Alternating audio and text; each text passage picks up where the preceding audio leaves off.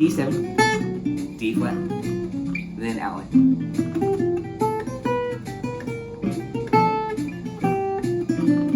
A7, blues, D7, B flat, C blues,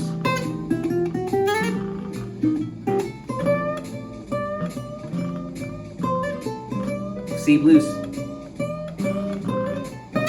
C blues, more C blues,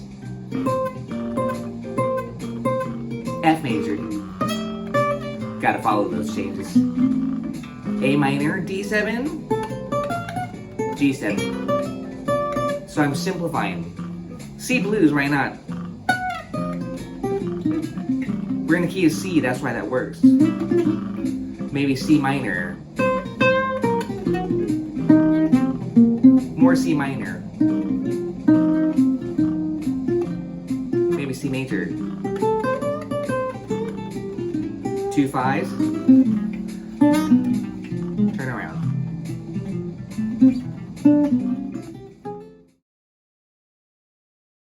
Well, exactly. So that etude was very much inspired by what I did in that video, and that video is all about 2 5s and just taking a handful of 2 5 licks. I'll say licks. I'm not afraid to admit they're licks, you know. But this is the vocabulary in jazz and bebop.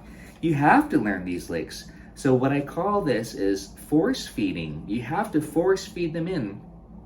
Satin Doll is one of the best songs to do this, to force feed these 2 5s.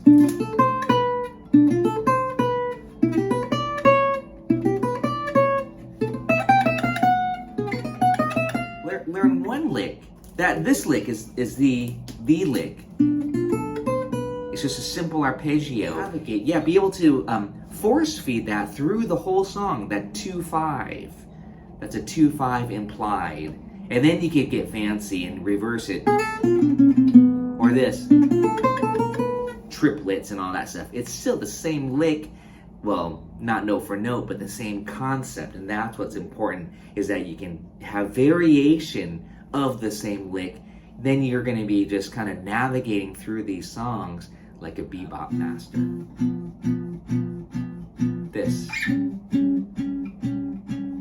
This is Satin Doll. Believe it or not, that's the very basic. Get rid of all that movement and just go C major, A7. But isn't it nice to go 2 5 2 5?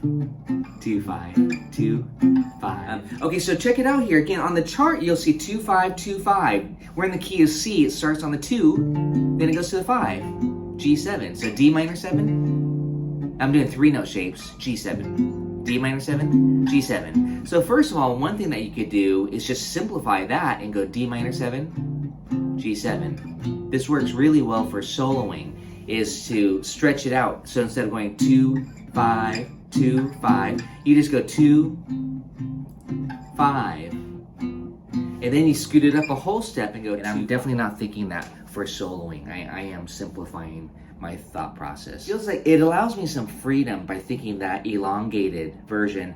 It doesn't make me feel like I have to follow these licks.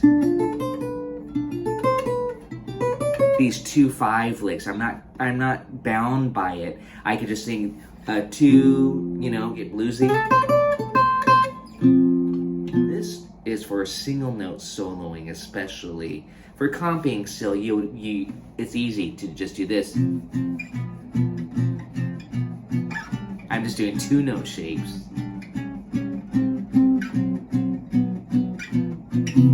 So again, you know, those 2-note shapes, and you can hear the changes go by just from those guide tones. So again, there's many approaches again. I kind of like this bluesy approach.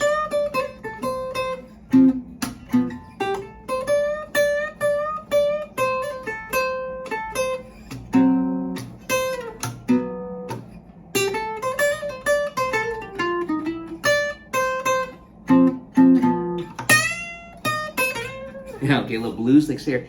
I love that sound. I'm hearing.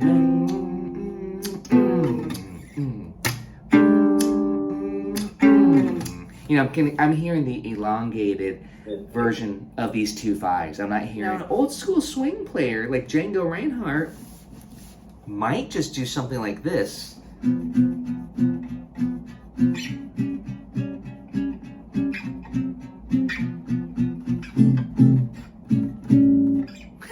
G7, G7, A7, A7, D7, D flat 7, C6 9.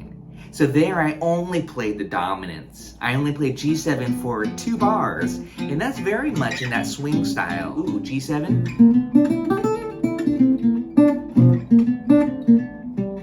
Charlie Christian. So again, I'm kind of playing around to the G7 chord for 2 bars. I do all my G licks, the old school style, and it would sound great. It would sound great for soloing. But that's one thing that I learned that Django did, is simplify these changes from these. And then later on, he got more beboppy and started to put all those 2 5s in. It's often fast tempos, that's why. So G7, A7, here's G7. That Joe Pass would not do that. He wouldn't just hold this 2, 3, 4, 1, 2. He wouldn't do that. Joe Pass would do this. He would add a lot of movement. And so one approach here, I'm going to just play to the dominant chord. G7 for 2 bars. I'm going to play right out of this G shape here, what I call Django or Charlie Christian approach.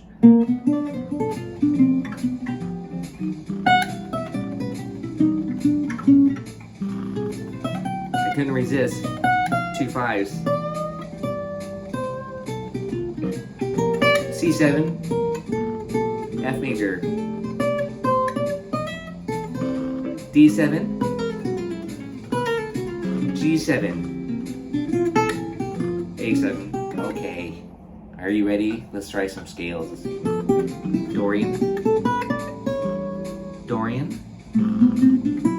Dorian, C blues, D Dorian. Everything was Dorian to me, if you notice that. I was yelling out Dorian. D minor, G7, D Dorian. E minor 7, A7, E Dorian.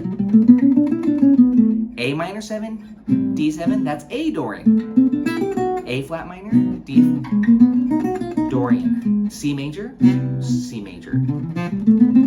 A7, D harmonic minor.